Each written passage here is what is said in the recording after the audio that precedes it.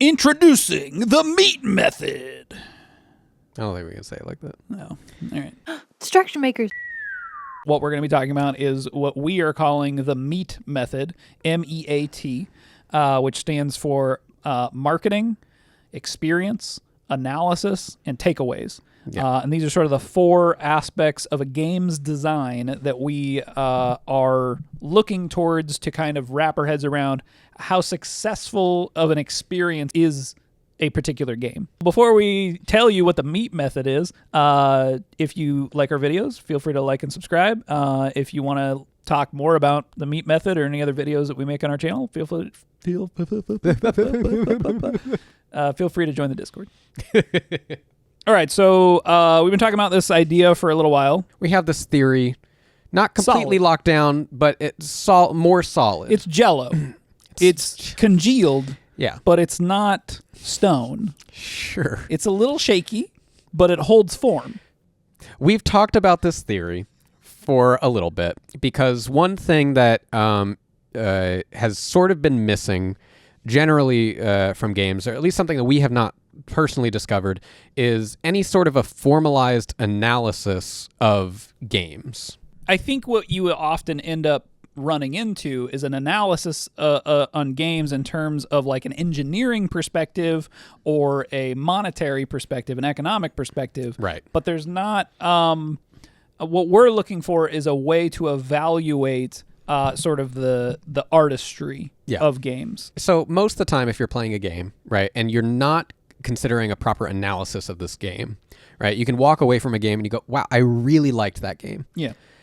But why? Why? Yeah. Right. Yeah. How do you quantify that? And this is trying to give some structure into saying why. Right. You can look at this sort of list, these bullet points, and analyze the game's experience of what you just went through and be able to determine, like, okay, was it fulfilling this? Was it fulfilling this, et cetera, and figure out, like, where was that impact made for you personally? Right. So let's go through the M.E.A.T method and what we think about each aspect here. So let's start with marketing.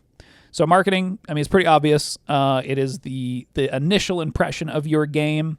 It's initial appeal. So we're also talking about this in like a game analysis perspective. So this might come up in a critique session of a game, right, where we're saying, what is the marketing appeal of this game? Right. If I look at it and go, that's awesome, right? Does your game have that? Right. And I think it's so funny because now that we're sort of trying to quantify, create some sort of a structured analysis of this, there's so many games that I could look at and I could be like, oh, that doesn't have that marketing appeal. Yeah. So that's like one thing where, as much as it might have these initial things, if you're kind of looking at this on a graph of like appeal, you'd be like, oh, well, I'm not like immediately impressed.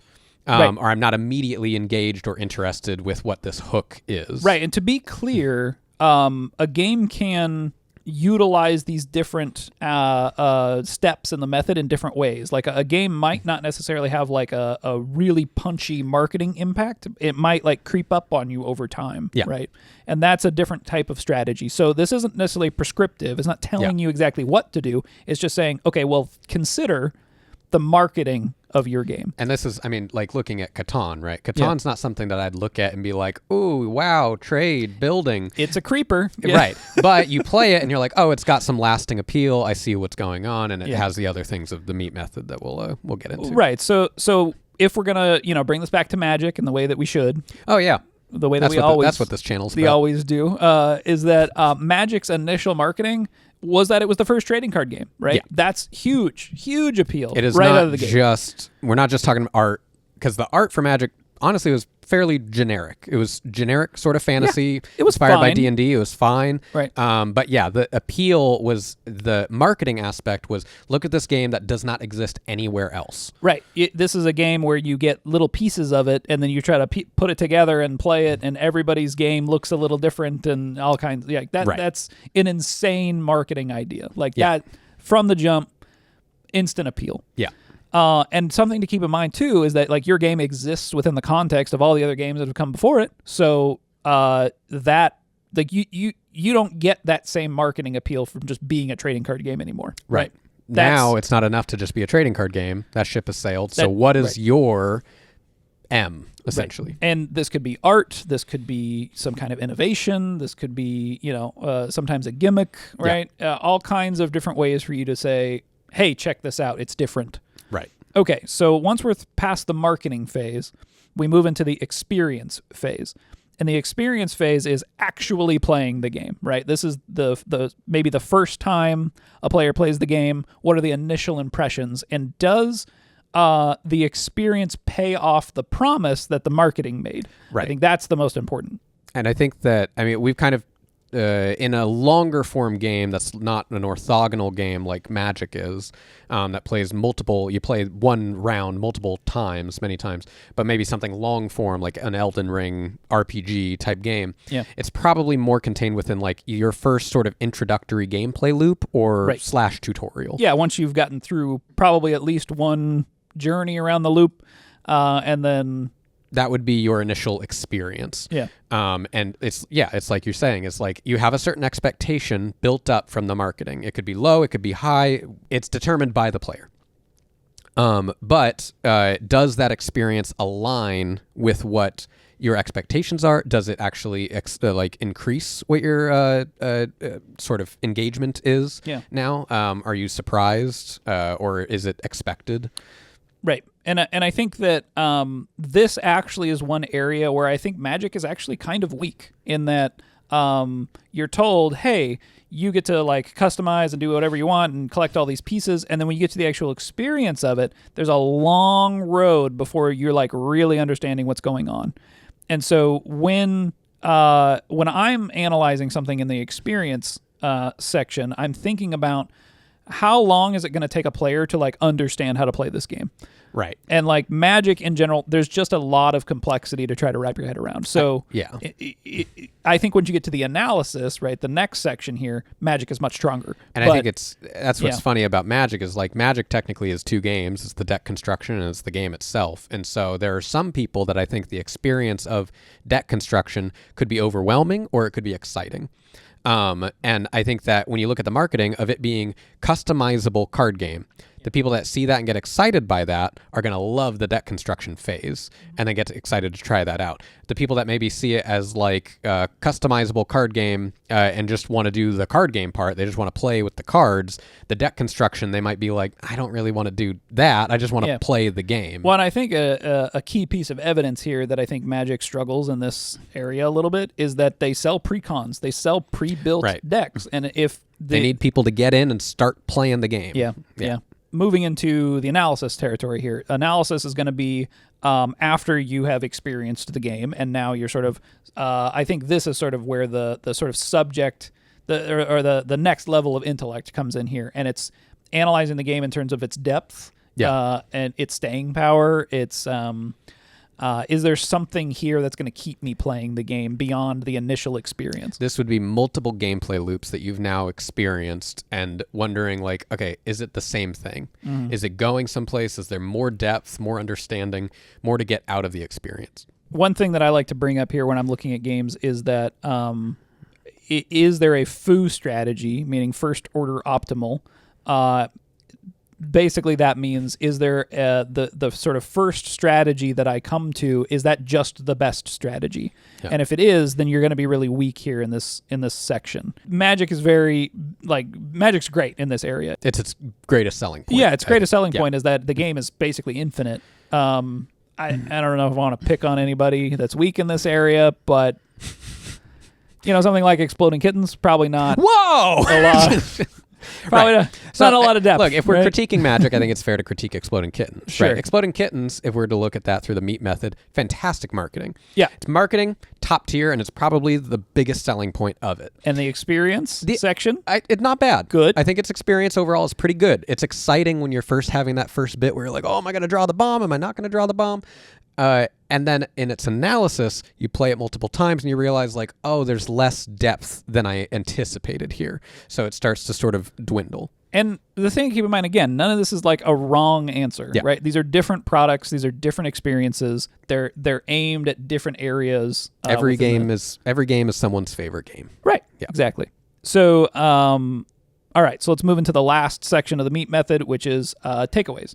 And takeaways are reasons to think about the game outside of the game. And card games have this built in, right? This is one reason why TCGs are so powerful as a game design idea, is that they have a built-in reason for a player to continue to think about the game outside of the game in deck building and collecting. So otherwise, what you're sort of banking on for your takeaway is going to be something like, man, that experience was so cool, I want to share it with my friends. And like, that's great, right? That you sort of reached the top of the mountain at that point, right? Right. Did you have a unique story or interaction that happened with you that you want to tell other people about? This is also something that D&D does really well. A lot of people, after their weekly D&D sessions, they want to go and tell their friends, like, oh, this thing happened in D&D last night. Yeah, D&D is also very good in this aspect.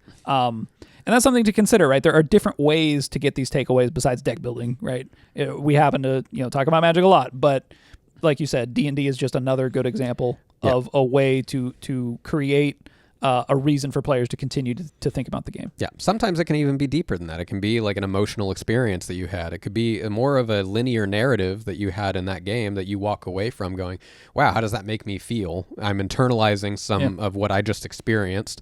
And how does that make me feel personally versus maybe how it's making other people feel? Right. And then you want to go and complain about it on Reddit.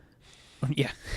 Well, and I think that like so much of this also comes back to like player as protagonist and sort of these other ideas that we've talked about. We're going to make a video eventually on the story circle, probably, and how using things like the hero's journey to sort of guide your players' journey through the game is a way for them to sort of internalize the stories of your game, and that they're seeing themselves as the protagonist, journeying through whatever the unknown is that your game creates. Right. Technically, takeaways is something that could get you to return to the game because it could be an individual game session that you're playing. So you walk away and you go, oh, okay, next time I play, I really want to try this thing. And that's a takeaway. But part of that is also in the analysis, right? So does the analysis allow the opportunity for you to take something away that then makes you want to come back? Does it make you want to talk to other people about it? Is there something that stuck with you? Right. Otherwise, the analysis is something like you could be enjoying it, but it could have not a lot of takeaways. And so that might be something like a Vampire Survivors. Or like Vampire Survivors is something that I think in the general game itself, you might be enjoying the analysis. It's keeping you excited. The experience is fresh. Every gameplay loop, there's maybe something you're unlocking, something new that you're trying, etc. But the overall takeaways, there's not a lot of deep lore. There's not really a great deep meta. There's a couple things where you could discover things. Maybe you have to talk to the community about getting certain characters, but it's not that deep. Right, and I think Vampire Survivors in general is actually pretty interesting because you can kind of see them add on this kind of idea as they're adding new secret things to unlock in the game. Right. Is that like, okay, well, we're seeing kind of a drop-off because there's not a lot of takeaways. There's not a lot of reasons to sort of come back. So let's create some. Right. So things to think about, just in terms of if you can build that into the system of your game, I think that's going to be stronger because then the system can kind of do that for you, and it doesn't become this like constant treadmill of feeding content to your player base. I mean, there's going to be some of that, but try to get as much mileage out of that stuff as you can, right? So in a trading card games instance, each game piece that you create is adding to your catalog of things for players to uncover and potentially find a use for.